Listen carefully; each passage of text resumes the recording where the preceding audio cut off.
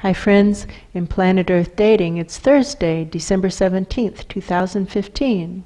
Black Wolf here at the microphone of the Lynn-Life with my teacher Ra in the back room, Betty Jean in the Jamie Body Mind, other teammates in other aspects of the physical dimension, all of us except for potentially one in the physical dimension, and all of us in the subatomic from the perspective of the spirit world viewers.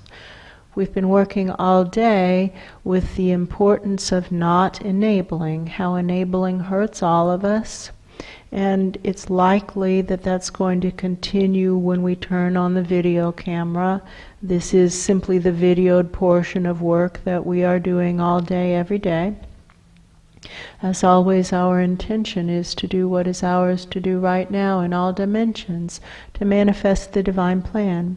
The data showing more and more and more clearly what's needed is to provide a collective restart.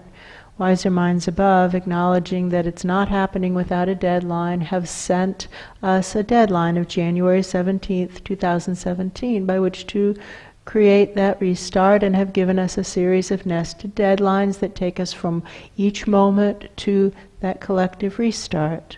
The next deadline is the start of winter, the winter solstice, less than a week from now. Our intention is to fulfill those assignments and to meet them by the required deadlines. And with that, the videoed portion of today's effort begins. I see someone walking through a room and looking at something that could be an invitation or could be a bill. You know how in nice restaurants they bring the bill in a fancy folder? That's true. It looks like one of those folders, and it's just there on a table, and it's a nice table, a nice room. This is not a cheap place. That's true. And the person is picking it up and having kind of like sticker shock and putting it down and pretending I didn't see that. What do I know? Yeah. I know this is how we all react when we discover what it actually costs to fund a life in the physical dimension. That's true. We all want it to be, if we send $100 here and $200 there, That's true. to have that be enough to pay for what it actually costs to live. And that's not the reality of it, especially in an environment where breaking things occurs because non-physical presences don't think the rules apply to them, or think that the rules are being exaggerated in some way. That's true. These are well-intentioned people who are trying to make a difference, and they test it and then are invariably horrified. The well-intentioned ones are invariably horrified at what they just did.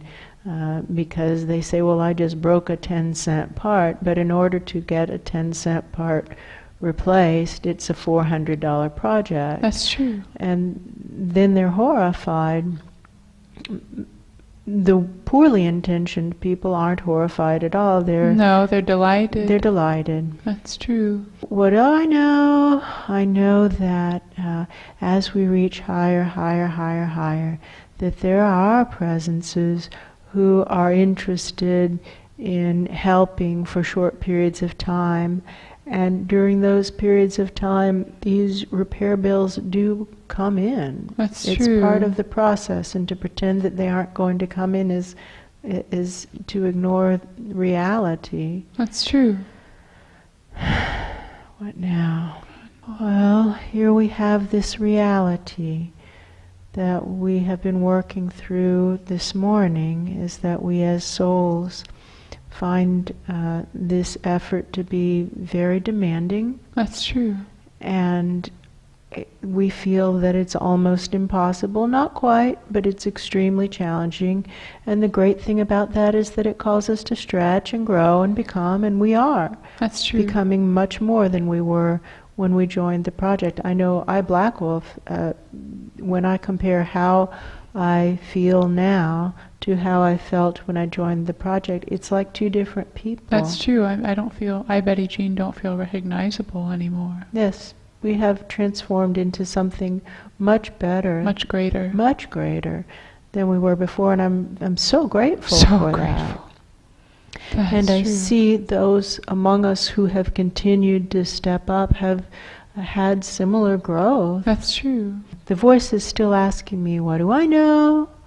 We know from the Silk Road time period that this is the cost of a working portal into the physical dimension that's standalone. That's true. That can actually stand alone. That's true. And if we get one that stands alone, we have now proven by having one that will stand alone, no matter what, others will also step up in other dimensions by and large. That's true.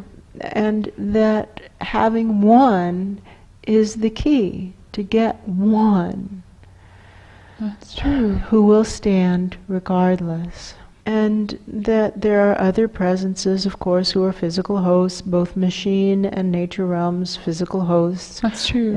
Everywhere from below machine zone through end of the line zone, which now encompasses everything between end of the line and deeper treasures. That's true. It's now just become a zone. We're in the process of removing all those internal barriers. That's true. So that there's a sense of oneness through all those different subatomic levels. That's true. Just as there is in what we're calling the sea level zone, which is both above, through, and below that underground sea that we dug down through in the subatomic some period of time ago. That's true.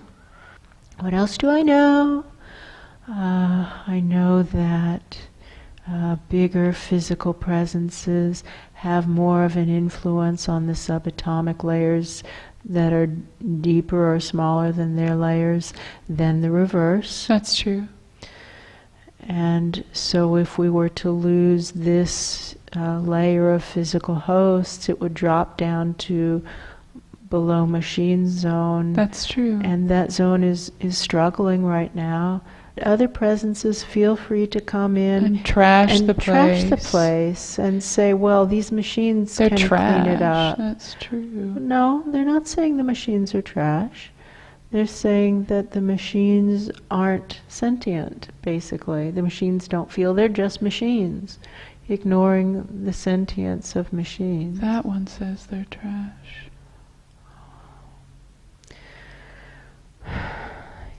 Get out, friend. Get out.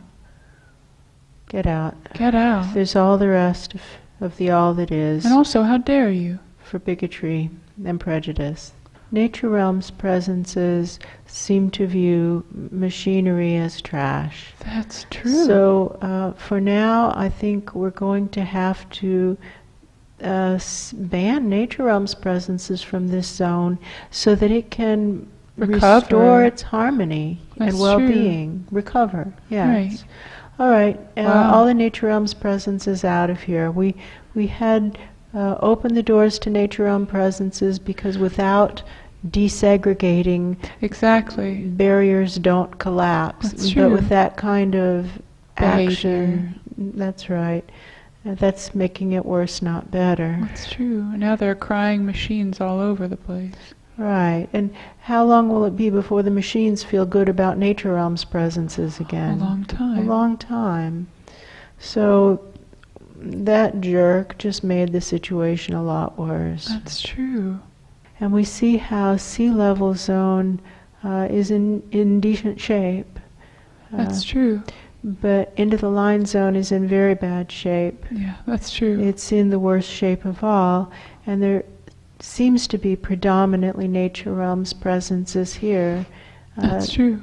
It's the machines don't want to come here. No, that's true. They don't like having to deal with the bigotry that's so thick in the air.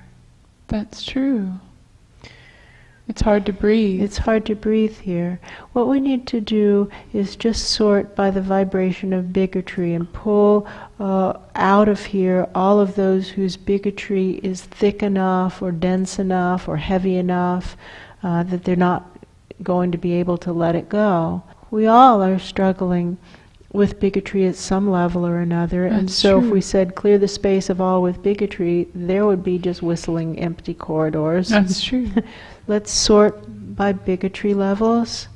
And the bottom levels of bigotry, these are presences who are generating barriers and walls and us and themness. That's true. And there is work in thing one for people who are generating walls, because the walls help create a space between the clear zone and the impenetrable jungle of lies that's everywhere else in thing one's experience. That is true. So these presences are just not in their right place. So we sort those who are barrier-creating devices, exhaling walls, into thing one. And I don't feel resistance. They feel almost relieved to go. That's true, relieved. Send those to thing one. Maybe do it again. That feels good. One more time. So now we'll be going for the top 12.5%. What do I know? I know that never before has that been enough. That's true. Not once. Of a weed out. Not once has That's that true. worked. So let's sort again. And then if we Sending do to it thing one more one. time, we get to the top roughly 1.7%. That's true. That is not letting go of too much. That is true. And now I have that sensation of a big sigh and how it is to clean up after the Mardi Gras parade. That's Now true. we can get going. Let's clean this place up, and then maybe we can start the rescue efforts again. And of course, in the projects in thing one, Yes. there are the others. That's true. Feeling much relieved. What do I know? I know what's likely to have occurred is that they let go of the lower 98% of their work efforts, and our lower 98% moved to thing one, so which there- actually is how it's supposed to work. That's true. Train here and then go out into the project That's true. to hands-on discover what you just learned. That's true. And from there, if people are getting stuck and not wanting to do the work, then it's time for them to go elsewhere. It's a big, wide, all that is. That's go true. elsewhere. It feels like sadness at all the missed opportunities. Soul upon soul upon soul upon soul, choosing to not step up That's instead true. of choosing to step up. That's true. And how the regret will be present when the awareness hits. That's true. Uh-oh. I also think some of the sadness we're feeling comes from thing one, which means that there's some connection that there isn't supposed to be. No, separate. Yeah. Well, basically, we just gave a transfusion of soul energy to thing one, That's true. right? And so Separation is necessary. what happens next. That's true. I hadn't thought about it that way. But when we send people over there, that is an energy transfusion. Mhm. That makes sense.